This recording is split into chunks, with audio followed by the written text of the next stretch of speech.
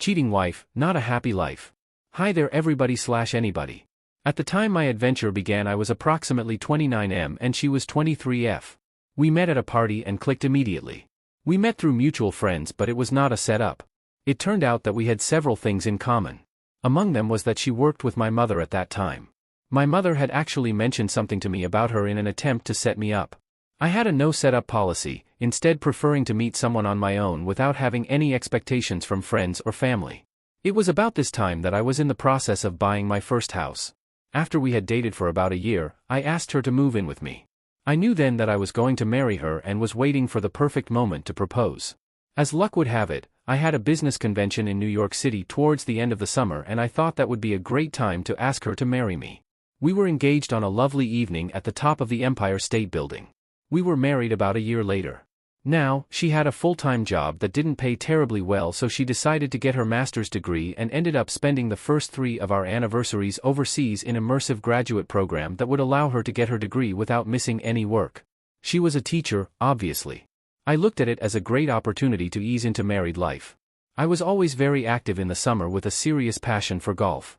The golf season where I live is not very long, usually about 5 months long, so I took every opportunity to play while she was gone. When I got home from golf in the evening we would talk on the phone.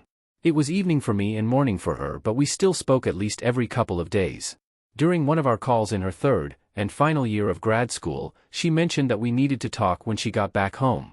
I was immediately apprehensive and asked her if anything was wrong or if there was something I needed to know about. Of course I instantly thought she might have strayed and I asked if our talk had anything to do with another guy. She denied this and said that she missed talking to me and just wanted to spend some time with me alone so we could catch up on everything she had missed the past summer. Now, I trusted her completely and took her at her word that there was no other guy so I filed it in the back of my mind, not forgotten but on a back burner so to speak.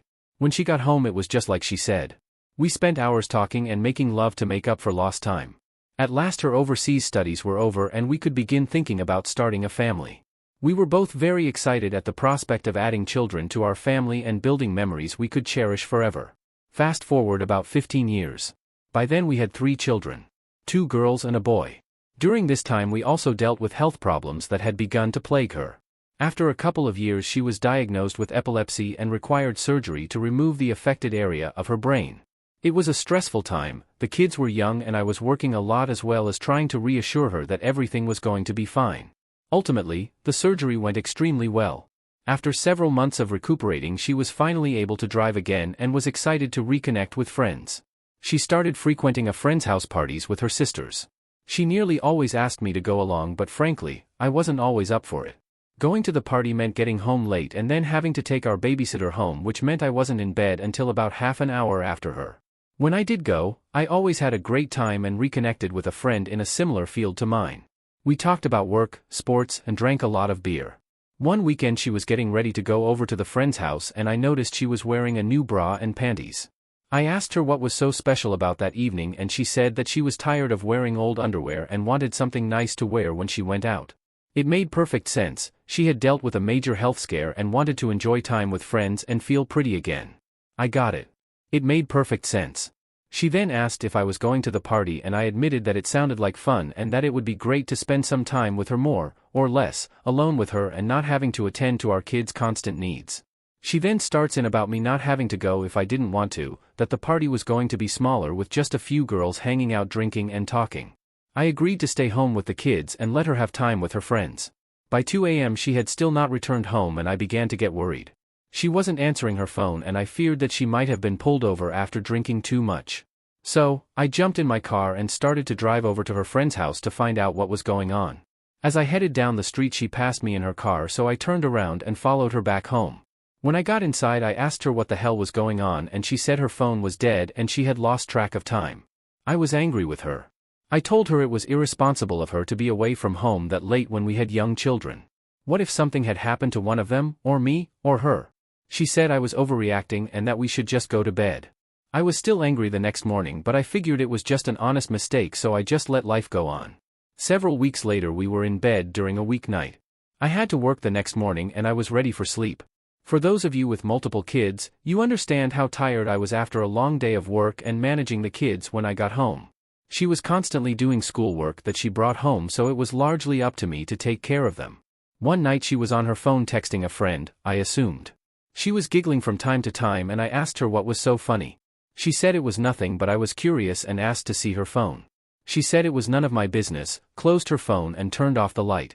Alarm bells finally started going off in my brain and I asked her if she was having an affair, to which she laughed and said of course not.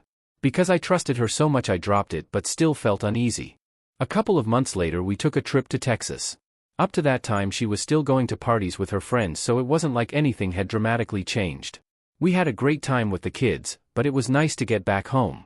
Once we got settled in and unpacked, started laundry, etc., I went downstairs to my man cave and watched a little TV while the laundry went through the washer and dryer. She came downstairs and said we needed to talk. I was a little annoyed because we had just spent the last 5 days together and had plenty of chances to talk alone.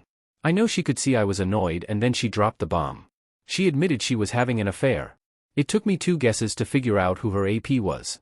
It was my old friend from the parties she was constantly going to without me. It was so humiliating. I knew the guy well enough to know he was bragging about it with his coworkers and friends, which made me the cuckold. I asked her to leave the house, but she said the house was just as much hers as it was mine, so she would not leave. I decided to leave, but she begged me not to go because she didn't want the kids knowing something was wrong. I asked her if there had been any other APs and she responded that she had kissed a guy during one of her graduate summers overseas. Now, I might be dumb, but I'm not stupid. She was the kind of woman who would not admit to cheating so long ago when we were first married. At that time, she was a bit of a drinker who would let her wild side show after a few glasses of wine. So, it wasn't a stretch to assume kissing meant sex. I asked if she was planning on moving in with her AP. Once I started doing the math and putting all the subtle clues together, I figured her affair had been going on for at least 6 months and likely more. She told me that once she told him that she admitted to the affair, he broke up with her and a tear streamed down her face. Whether it was because of shame or the fact he was using her does not matter now. So now I'm in a total spiral and I decided to leave the house. I asked her how she could love me and be so willing to break her vows. She responded with the tried and true, I don't know if I ever really loved you. A true dagger to the heart. I left my home and soon after my marriage. I bought a house a couple of miles from my home so I could stay close to the kids. I spent most of the next couple of years avoiding her at all costs, even though I had to co-parent and had no way of removing all contact with her. Then came COVID. I got a terrible case and spent a month at home feeling like I was going to die most of the time. I recovered, but I dealt with the COVID aftermath for a long time.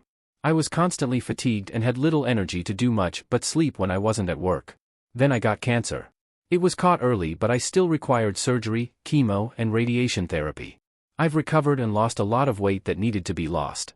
I've got to admit that I haven't felt this good in a long, long time. During my illnesses she would bring soup or whatever I was capable of eating. Secretly, I resented her taking care of me so much. I figured that it was her way of trying to atone for the absolute hell I went through after finding out about her affairs. I was seriously suicidal for quite a time, and I still get depressed enough that it still comes to mind every so often, even 10 years later. Yes, I've been single for the last 9 years and on my own for the last 10. My life is better now. I've got good friends who I can golf and drink beer with. I've got a great dog who sleeps in my bed almost every night. When one of my kids is home from college, she, my dog, will sleep with him. I guess I'm always second fiddle, lol. I have lost the future that I thought I would have, growing old with my wife, spending more time with the kids and enjoying my retirement. That's mostly vapor now. I still see the kids, but my finances have not recovered and retirement seems like a fantasy now. Not for her, of course. She got the house and child support, leaving me to struggle with making ends meet every single month. I have also lost all trust in women and decided that I will never again be in any kind of serious relationship with a woman. The price is too steep to consider, and I will never be able to trust a woman again.